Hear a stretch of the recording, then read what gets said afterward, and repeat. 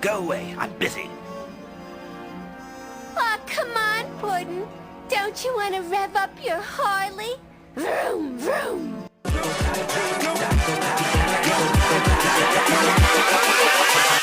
Hold up. Hey guys, it is Tristan with nerdettes-newsstand, and we are kicking off the Harley 30th Anniversary Retrospective Spectacular with one that started it all. Her first appearance in the Batman animated series. Now, this was created by Bruce Timm and Paul Dini. The funniest thing about Harley was she wasn't actually meant to be anything beyond a one-and-done hench girl. And her sexy design? Yeah, snappy writing and the incredible acting of Arlene Sorkin caused them to bring her back more often and expand upon her character. But the funniest thing of all was the reason she was created in the episode of Joker's Favor, where she truly was a throwaway character, was because during the episode, someone was to pop out of the cake and take several cops hostage. And it was decided to have the Joker or one of his male goons do it. And that would be kind of weird, right? So they created a female sidekick just for that situation. Also, it's quite clear in this episode, Arlene was here for a one and done because she didn't really have that whole Harley distinctive New York cab driver sound. Mr. J, Mr. J, Mr. J, oi, Joker! Mr. J, it's Mr. J, Puddin'. And instead use something closer to her own natural voice. But it was all Arlene Sorkin's doing in giving Harley her energetic personality. Now, Mark Hamill himself has gone on record saying in the script, Harley was a blank slate. No personality whatsoever. Arlene gave her the energy we would love Harley for. It's with the episode, The Laughing Fish, that we started to see Harley's personality come through. Her voice is higher pitched, her dialogue is tailor-made for her, and there are hints to the abusive relationship without full-on making it clear. Harley and Ivy is where we would be introduced to the friendship/relationship that had been beloved ever since. The meeting of these two was so perfect.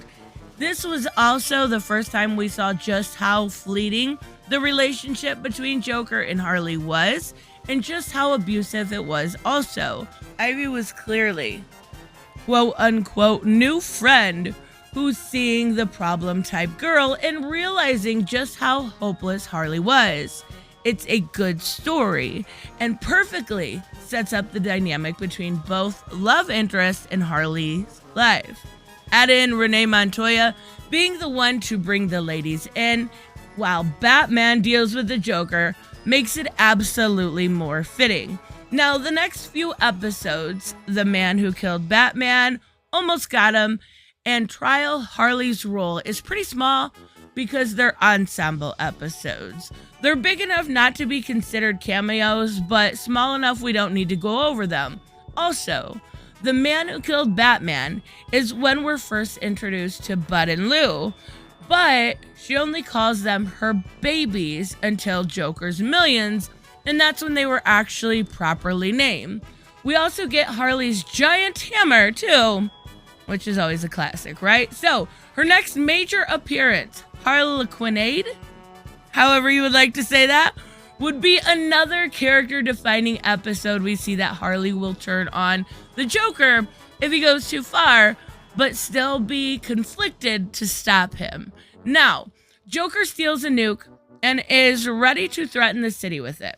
Realizing this is too much, Harley goes to Batman and Robin to help find the Joker and to stop him. All the while, We get some of the classic lines such as "Batgirl, eat your heart out," or "I'm not a natural blonde." And here you thought I was just another bubble-headed blonde bimbo. Well, the joke's on you. I'm not even a real blonde. Yeah, I kind of question that one too. But once they make it to Joker, with like the Harley and Ivy, Harley is completely torn. It gets to a point where she uses a gun pointed at the Joker, who taunts her, claiming she doesn't have it in her. She does actually pull the trigger, only to reveal it was a prop gun. Joker seems to find it funny enough, and that she proved him wrong, and that he doesn't stay mad at her. And they're back together again, right? Typical Harley Quinn. Her last episode of the original run, which would be pre-New Adventures, was another character-defining episode that would set up story beats for many people to tap into.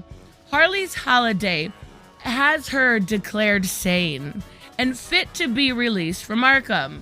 No Joker in this episode whatsoever.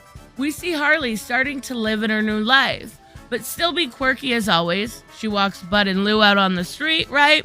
And is kind of oblivious to why people freak out, but things go bad when she accidentally forgot to have the security tag removed from a new dress, one she actually purchased. And it just goes into full panic mode, and that's when things, of course, spiral out of control, resulting in her kidnapping a girl Bruce is with, and just digging herself deeper and unfortunately deeper. This is when the new adventures of Batman started. Naturally, we do get more Harley. In Holiday Nights, we get a short Harley and Ivy story where they use Ivy's mind-controlling lipstick to control Bruce Wayne into buying them stuff. It's kind of just really hilarious, but it's also fluff. She had a brief appearance in Joker's Millions. She would team up with Ivy and Livewire in Girls' Nights Out, which was a fun story, and she joined in Joker's dealings with the Creeper in Beware the Creeper. But it was not until Mad Love that set everything up for her. And the best part, it was actually an adaptation of a comic story first. Now, in Mad Love, we finally get Harley's origin. Sure, you all know it, but what the hell? We're gonna go over it anyway. Young Harleen Quinzel. Wide-eyed young woman. Not the young woman that slept her way to anything. That is not included here. This is still, come on guys, this is still based on a cartoon, right? Starting her career in Arkham, in part because she finds them fascinating, in part because she's naive, and in part because she knows if she can get anyone to open up, she can write a book about them. And sure enough, the Joker does just that. Gives her everything she wants to hear, and she falls for it.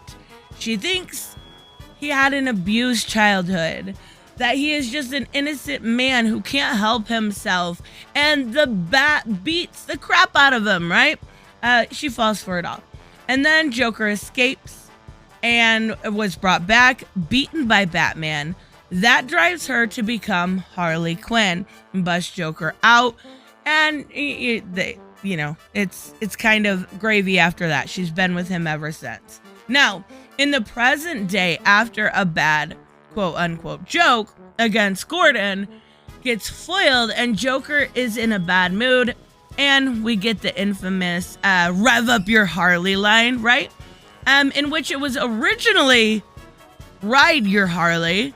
Not sure which is dirtier, I think they both are. So Harley decides to fake turning good. Hey, it worked before, but it was for real. But now to trap Batman, and actually had him at her mercy until Batman laughs at her and calls her out, pointing out that the sob stories Joker's told her, not the first, but the others, all different. Joker's ego causes him to show up, slap her, and knock her out the window.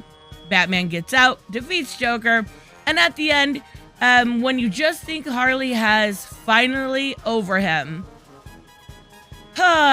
he left her a get well soon message, and we're right back to square one. There would be only 2 other major appearances Harley would have in the DCAU. Batman Beyond, Return of the Joker, and Batman and Harley Quinn. Yes, Bruce Timm says that is canon. We have to talk about it. It's horrible. Yes, all of that. In Batman Beyond, Return of the Joker, we finally see the depths of the Joker. And the way things play out, it does not put Harley in a good light. Joker abducts him and brainwashes him through torture, turning him into, basically, right, Joker Jr. And Harley helps the entire way. Seriously, what the hell, Harley? Come on now.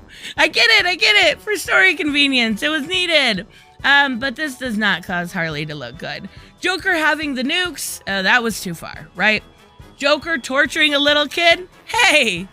Let's just say okay, right? Okay. Either way, this causes Tim to fight against the brainwashing. He turns on Joker and results in actually his death. Harley also seems to die during the fight with Batgirl. We find out in the end, in the Beyond timeline, she survived and the Jester twins, Dee Dee, are her granddaughters. She shows up to scold them and they call her Grandma Harley, right? So yeah, apparently she's got a normal life after all, but at what cost to drive her to it? Was it just the Joker's death? Or did she realize what she helped to do to Tim? We'll really never know. And here we go. Everybody's least favorite part. We have to talk about Batman and Harley Quinn. Yeah, this movie is absolutely trash. First, we've got Melissa Rout, aka Bernadette from Big Bang Theory, as the voice of Harley, and she's doing that kind of New York accent. Sure. But it is either so forced or the wrong New York accent. It doesn't matter. It sounds wrong. Plus, her voice is really honestly way too deep, nor does she match Harley's energy, in my opinion, at all. Plus, the movie is mostly fart jokes, sex jokes, dick jokes, etc. It's just, why? Out of curiosity, why is this canon, Bruce Timm? Like, Oh, holy. It's not so bad. Smells like discipline. there's not much to say about this, but the fact that you had Harley fart in the Batmobile, yeah, you know what?